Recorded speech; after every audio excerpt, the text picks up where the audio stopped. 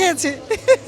অনেক ভালো আনন্দ করছি, অনেক ভালো লাগছে, অনেক বেশি ভালো লাগছে। বাসায় অনেক মজা করেছি, বাইরে এসেছি, অসুস্থ ছিলাম তাও বের হয়েছি, ভালো লাগছে।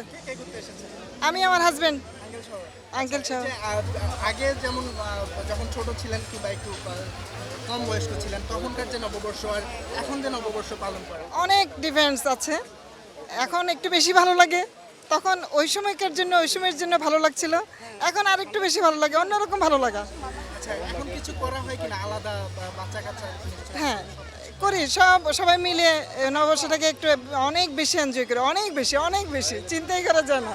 আচ্ছা নববর্ষের জন্য কখনো শাড়ি পরা হয় কিনা হ্যাঁ প্রতিদিন প্রত্যেক বছর শাড়ি পরি, আমি শিখ একটু এই জন্য এখন শাড়ি পরি নাই। প্রত্যেক বছর শাড়ি পরি, এবছর আমি শিখ সেজন্য শাড়ি পরি নাই, পান্তা খেয়েছি।